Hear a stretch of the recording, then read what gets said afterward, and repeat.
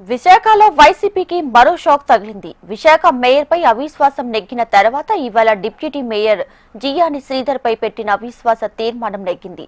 74 మంది కార్పొరేటర్ల మద్దతుతో అవిశ్వాసం గెలుపొందింది.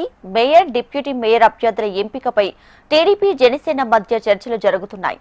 ఈ నెల 28వ తేదీన జీవీఎంసీ ప్రత్యేక సమావేశం జరగనుంది.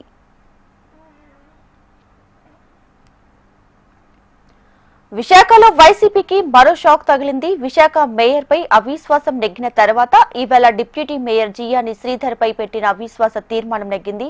ఇక పూర్తి డీటెయిల్స్ తో మా ప్రతినిధి అనురాధ లైవ్ లో సిద్ధంగా ఉన్నారు. అనురాధ, విశాఖ జీవీఎంసీలో రాజకీయం రోజుకొక మలుపు తిరుగుతానే ఉంది. ఇంకా పూర్తి స్థాయిలో మేయర్ మీద, డిప్యూటీ మేయర్ మీద పెట్టిన అవిశ్వాస తీర్మానాలకు సంబంధించి ఇప్పుడు తాజాగా డిప్యూటీ మేయర్ మీద పెట్టిన అవిశ్వాస తీర్మానం కూడా కూటమి నెగ్గింది. మొత్తం 74 మంది కార్పొరేటర్స్ తో పాటు ఎక్స్ అఫీషియో సభ్యులు అందరూ కలుపుకొని డిప్యూటీ మేయర్ జియాని శ్రీధర్ మీద పెట్టిన అవిశ్వాసంకి మద్దతు తెలుపుతూ ఓట్ చేసిన నేపథ్యంలో కూటమి ఈ అవిశ్వాసాన్ని కూడా నెగ్గింది. మొన్న ఇటీవల మేయర్ మీద పెట్టిన అవిశ్వాస తీర్మానాన్ని నెగ్గడంతో పాటు ఇప్పుడు డిప్యూటీ మేయర్ మీద పెట్టిన అవిశ్వాస తీర్మానాన్ని కూడా నెగ్గిన నేపథ్యంలో ఈ నెల 28వ తేదీన మేయర్ ఎన్నిక జరగనుంది. దీనికి సంబంధించి ఇప్పటికే ఎన్నికల కమిషన్ గెజెట్ ని కూడా రిలీజ్ చేయడం జరిగింది.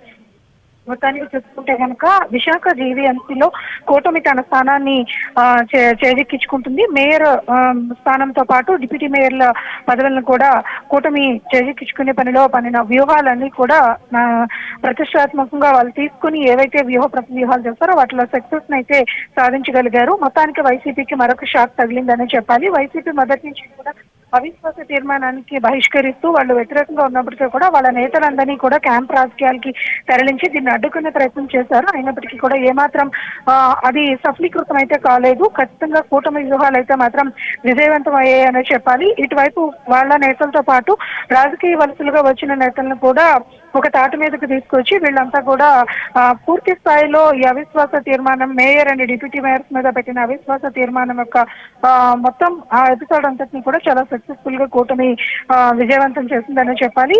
ఇందులో ఎమ్మెల్యేల పాత్ర కూడా చాలా కీలకంగా ఉంది. ఎందుకనంటే ఎక్కడ కూడా కార్పొరేటర్ గట్టు దాటకుండా వెళ్లేదానికి పూర్తి స్థాయిలో వీళ్ళు కూడా ఒక సమాయత్తం చేసి వాళ్ళందరినీ కూడా ఒక తాటి మీదకి నడిపించారు. మొత్తానికి చూసుకుంటే కనుక ఇటు మొన్న మేయర్ అవిశ్వాసం కూటమి నెగ్గింది. ఇప్పుడు తాజాగా డిప్యూటీ మేయర్ జియాని శ్రీధర్ మీద పెట్టిన అవిశ్వాసాన్ని కూడా కూటమి నెగ్గింది. మొత్తానికి రెండు అంశాలతోని కూడా విశాఖ జీవీఎంసీలో కొత్త పరిణామాలు చేస్తున్నాయి. రాజకీయంగా ఈ నెల 28వ తేదీన మేయర్ ఎన్నిక జరగనున్న నేపథ్యంలో అదే రోజు సాయంత్రం డిప్యూటీ మేయర్ కు సంబంధించిన అంశం మీద కూడా ఒక క్లారిటీ వచ్చే అవకాశం ఉంది. మొత్తానికి విశాఖ జీవీఎంసీ అయితే కూటమి కైవసం చేసుకుందని చెప్పారు.